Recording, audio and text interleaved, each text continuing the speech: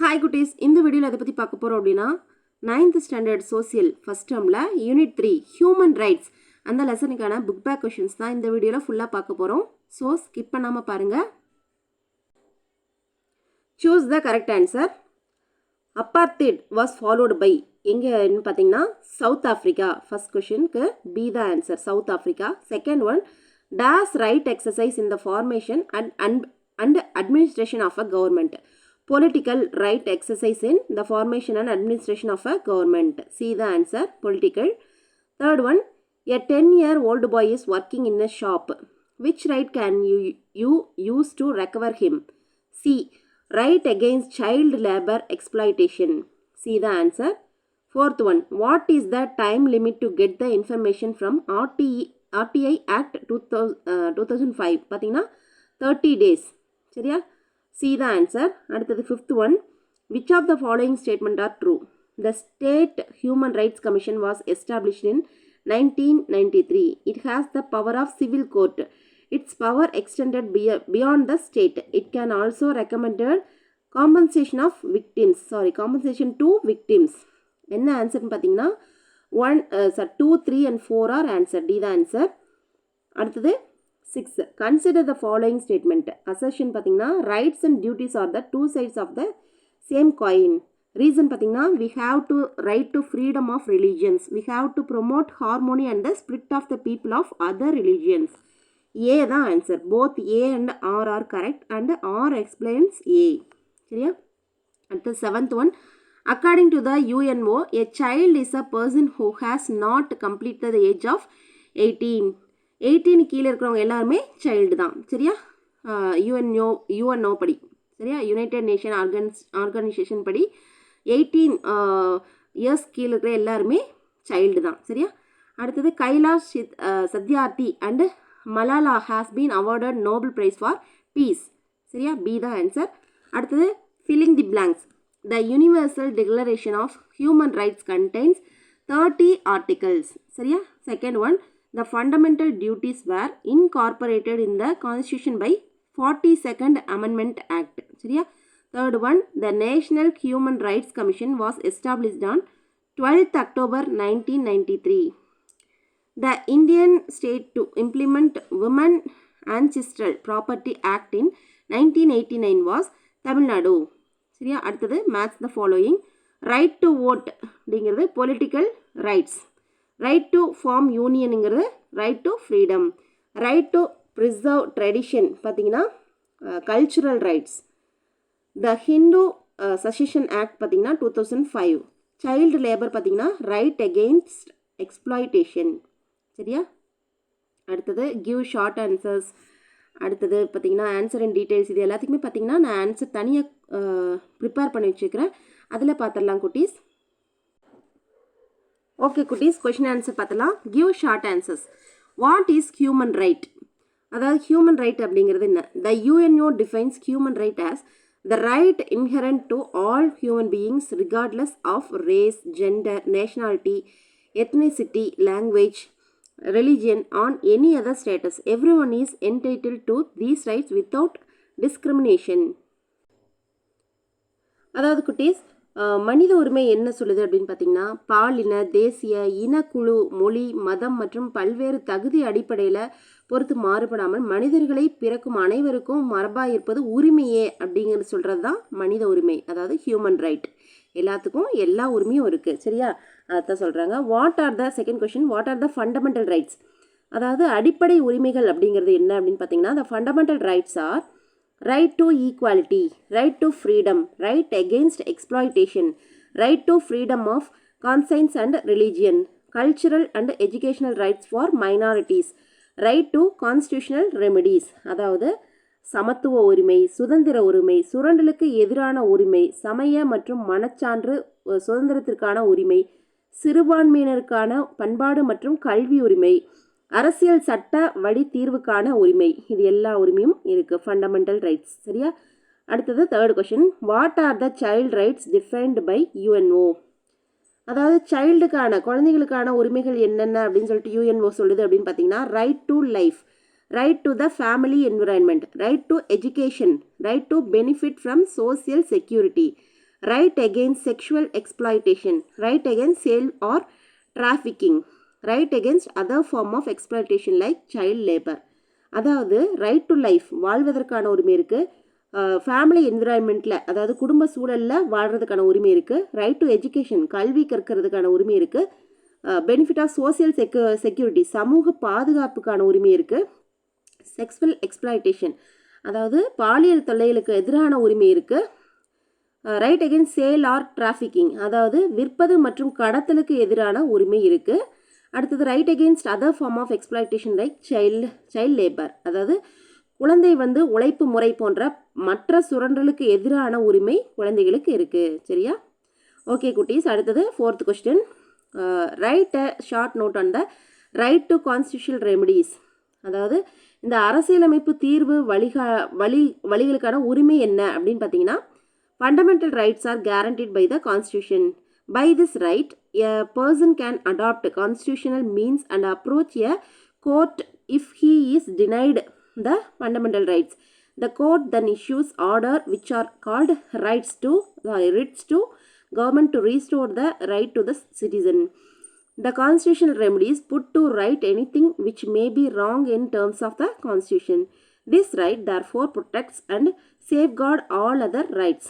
அதாவது ஒரு குடிமகனோட அடிப்படை உரிமைகள் மறுக்கப்படும் போது அரசியலமைப்பு தருகின்ற தீர்வுகளுக்கான உரிமைப்படி அவர் நீதிமன்றத்தை அணுகலாம். சரியா? அவர் கோர்ட்டுக்கு போகலாம். சரியா? அடுத்தது நீதிமன்றம் அந்த குடிமகனுக்கு உரிமையை மீட்டளிக்குமாறு அரசுக்கு ஆணையிடுது. அவங்களுக்கு உரிமை குடிக்கணும் அப்படின்னு சொல்லிட்டு நீதிமன்றம் சொல்லுது. இது நீதி பேராணை அப்படின்னு அழைக்கப்படுது. ஒரு செயல் அரசியலமைப்பு சட்டத்தின்படி ஏதேனும் தவறாக இருக்கும் பட்சத்தில் கருதப்பட்டதுன்னா அதற்கான சரியான தீர்வு அரசியலமைப்பு சட்ட தீர்வணை வழங்குது. சரியா? ஓகே குட்டீஸ், அடுத்தது 5வது போஸ்கோ சட்டம் அப்படின்னு நம்ம கேள்விப்பட்டிருக்கோம் இல்லையா? அப்படின்னா என்ன அப்படின்னா, the state should protect children from sexual exploitation and abuse when they are forced to persuaded to take part in sexual activities physically or mentally. அதாவது போக்சோ சட்டம் அப்படிங்கிறது பாலியல் குற்றங்களிலிருந்து குழந்தைகள் பாதுகாக்கும் சட்டமாகும்.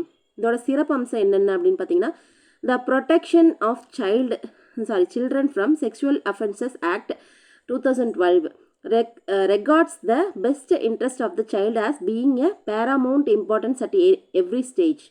அதாவது இந்த சட்டம் 18 வயது உள்ள குழந்தைங்களுக்குனே வரையறுக்கப்பட்டது. இந்த குழந்தைகளோட மன, உடல், அறிவுசார் மற்றும் சமூக வளர்ச்சியை உறுதி செய்து பாலியல் வன்கொடுமை ஈடுபடுபவர்களுக்கு தகுந்த தண்டனை வழங்குது இந்த போஸ்கோ சட்டம். இந்த குழந்தையின் வாக்குமூலம் அவ்வாறு பதிவு செய்ய வேண்டும். அதாவது எப்படி குழந்தைகள் சொல்லுதோ அதே மாதிரி பதிவு செய்யணும்.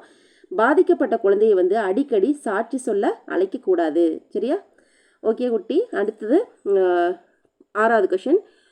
Why do children need special attention? அதாவது குழந்தைங்களுக்கு சிறப்பு கவனம் எதுக்கு தேவைப்படுது அப்படின்னு பார்த்தீங்கன்னா, அவங்களுக்கு ஸ்பெஷல் அட்டென்ஷன் எதுக்கு தேவை அப்படின்னா, children are the future citizen of a nation இல்லையா? குழந்தைங்க வருங்கால தூண்கள் அப்படின்னு சொல்லுவாங்க இல்லையா? அடுத்தது they should grow with warmth and interest. It helps the child feel secure and valued. From birth, children need experiences and relationship that shows them they are valued, capable human beings who bring pleasure to others. Due special attention, the child's image build up over time in a positive manner. அதாவது இந்த குழந்தைங்களுக்கு சிறப்பான கவனம் செலுத்தணும். ஏன்னா குழந்தைங்க பொருளாதார சுரண்டல், பாலியல் துன்புறுத்தல், இந்த போதைப் பொருள் கடத்தல் மற்றும் குழந்தைகள் தொழில் போன்ற காரணங்களுக்காக விற்பனை அல்லது கடத்தல் செய்யப்படுறாங்க. இதிலிருந்து இது பாதுகாக்கிறதுக்காக நம்மளுக்கு சில்ட்ரன் ஸ்பெஷல் அட்டென்ஷன் தேவைப்படுது. ஓகே, அடுத்தது 7th question. What are the contribution to labours by B.R. Ambedkar? Doctor B.R. Ambedkar's contribution to labourers, அதாவது தொழிலாளர் நலனுக்காக B.R. அம்பேத்கர் அவளோட பங்களிப்பு என்ன அப்படின்னு பார்த்தீங்கன்னா, reduction in factory working hours 8 hours a day, 8 மணி நேரம் வேலை பார்த்தா போதும் அப்படின்னு. சரியா? அடுத்தது compulsory recognition of trade unions, employment exchange in India, employees state insurance அதாவது ESI, minimum wages, coal and mica mines provident fund. அதாவது என்ன அப்படின்னு பார்த்தீங்கன்னா அவரோட பங்களிப்பு என்னன்னு பார்த்தீங்கன்னா சுரங்க தொழிலாளர் பேறுகால நன்மை சட்டம், பெண் தொழிலாளர் நவநிதி, பெண்கள் மற்றும் குழந்தை தொழிலாளர் பாதுகாப்பு சட்டம், பெண் குழந்தைகளுக்கான பேறுகால நன்மைகள் போன்ற சட்டங்கள் வந்து இயற்றப்பட்டுச்சு. சரியா? ஓகே குட்டீஸ், அடுத்தது all are equal before law, அதாவது சட்டத்தின் முன் அனைவரும் சமம். சரியா? But we have enacted a separate law for women. அதான் ஆனாலும் பெண்களுக்கான ஒரு தனிச்சட்டம் வந்து நடைமுறைப்படுத்தப்படுது. ஏன்? அதை நியாயப்படுத்துங்க அப்படின்னு ஒரு கேள்வி. சரியா? ஆன்சர் பார்க்கலாம். We have enacted a separate law for women to review the constitutional and legal safeguards for women. It recommends remedial measures, advise the government on all matters of policy affecting the welfare and development of women in the country. Women's rights under the Constitution of India mainly include equality, dignity and freedom from discrimination. அதாவது சட்டத்தின் முன் அனைவரும் சமம் அப்படின்னா கூட பல வேலை வாய்ப்பில் வந்து பாலின பாகுபாடு வந்து காணப்படுது. பெண்கள் அப்படின்னா ஈக்குவலாக ட்ரீட் பண்ணுறது கிடையாது. பெண் குழந்தைகளை வந்து சிறு வயதிலிருந்தே திருமணம் செய்யப்படுறதுனால குழந்தைகளோட பருவத்தில் மகிழ்ச்சிகள், கல்வியறிவு, அவங்களோட ஆரோக்கியமான வாழ்வை வந்து இழந்துடுறாங்க. சரியா? ஸோ பெண்களுக்கு ஒரு தனி சட்டம் நடைமுறைப்படுத்தப்பட்டிருந்தால் தான் அவங்களால அதாவது சமூகத்தில் நல்ல முறையில் வாழ முடியும். சரியா? அதுக்காக தான் வந்து பார்த்தீங்கன்னா செப்பரேட் லா ஃபார் உமன் இருக்குது. சரியா? அடுத்தது 9th question. Right about the right against exploitation. அதாவது it is against the law of employee children below 14 years of age in mines. அதாவது 14 வயசு கீழே இருக்கிற குழந்தைங்க ஃபேக்ட்ரிஸில் வேலை செஞ்சாவோ அல்லது வேறு இடத்துல வேலை செஞ்சுட்டு இருந்தாவோ neither contractor nor employer can force a worker to do job against their will. அதாவது அதுக்காக அவங்கள வந்து கொத்தடிமை, அதாவது குழந்தைகள் தொழிலாளர் வந்து இருக்கக்கூடாது அப்படிங்கிறதுக்காக ரைட் எகெயின்ஸ்ட் எக்ஸ்ப்ளாய்டேஷன் அப்படிங்கிறத ஒன்று வச்சுருக்காங்க. சரியா? அடுத்தது question number 10. Differentiate fundamental rights and human rights. அதாவது மனித உரிமை மற்றும் அடிப்படை உரிமை அப்படிங்கிறது என்ன அப்படின்னு பார்த்தீங்கன்னா ஃபண்டமெண்டல் ரைட்ஸ்னால் the elemental rights of the citizen of a country which are listed in the constitution and enforceable under the law is known as fundamental rights. சரியா? அடிப்படை உரிமை அப்படிங்கிறது மனிதன் வந்து தன்மானத்தோடும் சுதந்திரத்தோடும் வாழ்கின்ற உரிமை அவங்களுக்கு தேவை. அதுதான் வந்து ஃபண்டமெண்டல் ரைட்ஸ். மனித வாழ்வில் அடிப்படை தேவையான உரிமைகள் இதில் அடங்கியிருக்கு. இதில் வந்து அதை வந்து பறிக்கிறதுக்கு யாருமே பறிக்க முடியாது. மனித உரிமைகள் வந்து பன்னாட்டு அளவில் அங்கீகரிக்கப்பட்டவை. சரியா? Fundamental rights are guaranteed under the constitution of the country. சரியா? ஓகே, அடுத்தது ஹியூமன் ரைட்ஸ்னால் என்ன? The rights that a human being deserve to survive with respect and freedoms. அதாவது ஹியூமன் ரைட்ஸ் அப்படிங்கிறது அவங்க வந்து வாழ்கிறதுக்கு, அதாவது தன்மானத்தோட சுதந்திரமாக வாழ்கிறதுக்கு அவங்களுக்கு உரிமை இருக்குது. Human rights includes those rights which are basic to real life and are absolute, that is it can be taken away. அதாவது அவங்க வாழ்கிறதுக்கு அடிப்படை தேவையான உரிமைகளை வந்து யாரும் பறிக்க முடியாது. அவங்களுக்கு அந்த தேவை, அந்த வாழக்கூடிய உரிமை இருக்குது. ஹியூமன் ரைட்ஸ் ஆர் ரெக்கக்னைஸ்ட் இந்த இன்டர்நேஷ்னல் லெவலில் இந்த ஹியூமன் ரைட்ஸ் ரெக்கக்னைஸ்ட் ஆகிருக்கு. சரியா? ஓகே குட்டீஸ், அடுத்தது answer in detail. Paragraph about UDHR அப்படின்னா universal declaration of human rights is a milestone document in the history of human rights. அதாவது உலகளாவிய மனித உரிமைகள் பிரகடனம் அப்படின்னு சொல்கிறது. சரியா?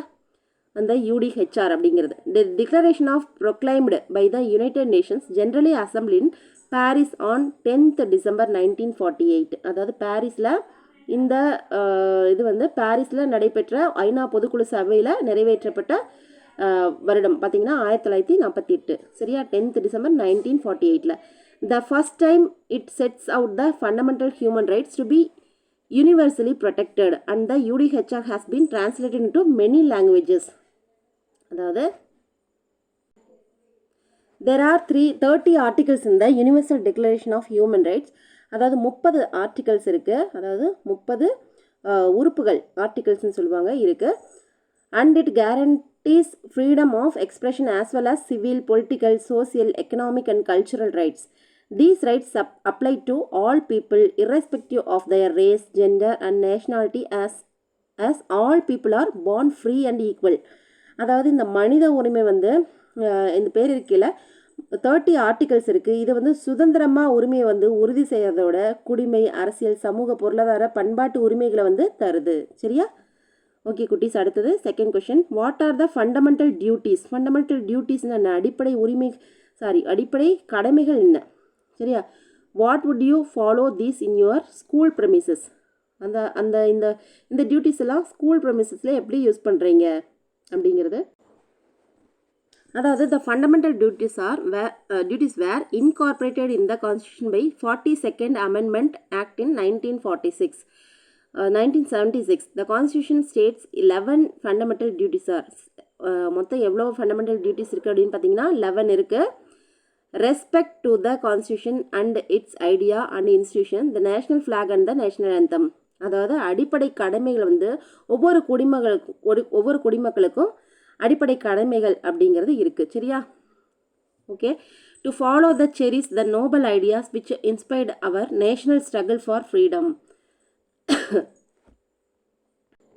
அதாவது சின்னங்களை மதிக்கணும், இயக்கங்களில் இணையணும், செயல்படுத்தணும், பொருட்களை வந்து பாதுகாக்கணும், அனைவரும் வந்து கல்வி கற்கணும், ஒற்றுமையோடு இணைந்து செயல்படுத்தணும். To uphold and protect the sovereignty, unity and integrity of India, to defend the country and render national service when called upon to do so, the promote harmony and the spirit of common brotherhood amongst all the people of India, transcending religious, linguistic, regional or sectional diversities, to renounce practices derogatory to the dignity of women, to value the preserve the rich heritage of our composite culture, to protect and improve the natural environment including forests, lakes, rivers and wildlife, and have compassion of living creatures. அதாவது இது எல்லாத்தையும் நம்ம வந்து forest, lake, river, wild life இது எல்லாத்தையும் நம்ம வந்து protect பண்ணணும். சரியா? அடுத்து to develop the scientific temper, humanism and the spirit of inquiry and reform, to safeguard public property and be abjure of violence. அதாவது பப்ளிக் ப்ராப்பர்ட்டிக்கு நம்ம பாதுகாப்பாக இருக்கணும். சரியா?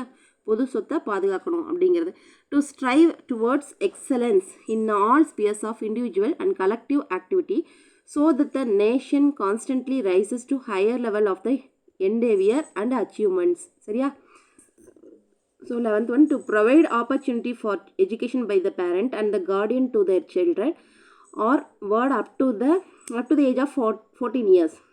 சரியா? 14 வயசு வரைக்கும் கட்டாய கல்வி அப்படிங்கிற மாதிரி இருக்கும். சரியா? அடுத்தது 12th, I would follow the relevant fundamental activities with determination and discipline. நான் வந்து ஃபாலோ பண்ணுவேன், அந்த ஃபண்டமெண்டல் டியூட்டிஸையும் டிசிப்ளினையும் வந்து ஃபாலோ பண்ணுவேன் அப்படிங்கிறது. சரியா? அடுத்தது third question. How does the national human rights commission protect our rights? அதாவது இந்த தேசிய மனித உரிமை ஆணையம் அப்படிங்கிறது நம்மளோட உரிமையை எப்படி பாதுகாக்குது அப்படின்னா, to enquire into the violence of human rights or negligence in the prevention of such violation by a public servant. அடுத்தது to intervene in court proceedings relating to human rights, to undertake and promote research in the field of human rights, to engage in human rights education among various sections of society, to encourage the effects of NGOs and institutions working in the field of human rights. அதாவது என்ன அப்படின்னு பார்த்தீங்கன்னா, மனித உரிமை பாதுகாப்பு சட்டத்தின் கீழே வந்து 1993 அந்த வருஷம் October 12 அமைக்கப்பட்டுச்சு. இது வந்து ஒரு தன்னாட்சி அமைப்பு. இதோட பணிகள் பார்த்தீங்கன்னா, மனித உரிமை மீறல் அல்லது அத்தகைய மீறல் குறித்து அரசு ஊழியர் அலட்சியம் காட்டுதல் வந்து மேலும் விசாரணை நடத்தப்பட வேண்டும். அடுத்தது மனித உரிமை மீறல் வழக்குகளில் தன்னை இணைத்து கொள்ளணும். மனித உரிமை குறித்த ஆராய்ச்சிகளை வந்து மேற்கொள்ளுதல் மற்றும் ஊக்குவிக்கணும். சமூகத்தின் பல்வேறு பிரிவினரிடையே மனித உரிமை கல்வியை வந்து பரப்பணும். மனித உரிமை துறையில் பணியாற்றும் அரசு சாரா அமைப்புகள் மற்றும் நிறுவனங்கள் ஆகியவற்றில் முயற்சிகளை வந்து ஊக்குவிக்கணும். சரியா? அடுத்தது fourth question. What are the benefits of workers provided by labour law? அதாவது தொழிலாளர் சட்டத்தின் மூலம் தொழிலாளர் பெறும் நன்மைகள் என்னென்ன அப்படின்னு பார்த்தீங்கன்னா, Due to labor law, workers enjoy the following benefits. என்னென்ன பெனிஃபிட்ஸ் எல்லாம் அவங்களால பெற முடியுது அப்படின்னு பார்த்தீங்கன்னா, லேபர் லா மூலமாக பெற முடியுது அப்படின்னா, reduction in factory working hours, அதாவது 8 மணி நேரம் வேலை, சரியா? Compulsory recognition of trade unions, employment exchange in India, employee state insurance அதாவது ESI, minimum wages, coal and mica mine provident fund. அடுத்தது woman workers benefit the following: mines maternity benefit act, woman labour welfare fund, women and child labour protection act, maternity benefit for woman labour, restoration of ban or employment of woman on undergoing work in coal mines. அதாவது இந்த தொழிலாளர் சட்டத்தின் மூலம் தொழிலாளர் பெறும் நன்மைகள் அப்படின்னு பார்த்தீங்கன்னா, அதோட வேலை நேரம் வந்து குறைச்சிட்டாங்க. ஏதாவது 8 மணி நேரமாக தொழிற்சங்கங்களில் வந்து கட்டாய அங்கீகரிக்கப்பட்டிருக்கு. இந்தியாவில் வேலைவாய்ப்பு அலுவலகங்கள் வந்து அமைத்தல், தொழிலாளர் காப்பீட்டு கழகம் வந்து இஎஸ்ஐ, தொழிலாளர் காப்பீட்டு கழகம் இருக்குது. தொழிலாளர்களுக்கான குறைந்தபட்ச ஊதியம் இருக்குது. அடுத்தது நிலக்கரி மற்றும் மைக்கா அந்த சுரங்கத்தில் பார்த்தீங்கன்னா வருங்கால வைப்பு நிதி இருக்குது, சரியா? அடுத்தது உமன் ஒர்க்கர்ஸ் பார்த்திங்கன்னா அவங்க வந்து மெட்டர்னிட்டி லீவ் வந்து எடுத்துக்கலாம். அவங்களுக்கு சில நிறையா ரைட்ஸ் எல்லாம் பார்த்திங்கன்னா லேபர் லா மூலமாக இருக்குது, சரியா? அடுத்தது question 5th: how do you enjoy the fundamental rights in your life? அதாவது உங்களோட வாழ்க்கையில் அடிப்படை உரிமைகளை எவ்வாறெல்லாம் நீங்கள் அனுபவிக்கிறீங்க அப்படின்னா, right to equality before the law and equal protection of the law, prohibition of discrimination on the grounds of religion, caste, race, gender or place of birth is offense and one can seek justice for the court. Right to freedom. 6 different types of freedoms are mentioned in the constitution. They are freedom of speech and expression, அதாவது சமத்துவ உரிமை, freedom to assemble peaceful without arms, freedom to form association and unions, freedom to reside and settle in any part of India, freedom to move freely throughout the territory of India, freedom to practice any profession and carry on any occupation, trade or business, right against exploitation. It is against the law of employ children below 14 years of age in mines, factories or other occupations. Neither contractor nor an employer can force an worker to do a job against their will. அதாவது freedom of speech and expression, அவங்களோட speech வந்து பேசக்கான உரிமை, சமத்துவ உரிமை, சுதந்திர உரிமை, சரியா? Peacefully without arms.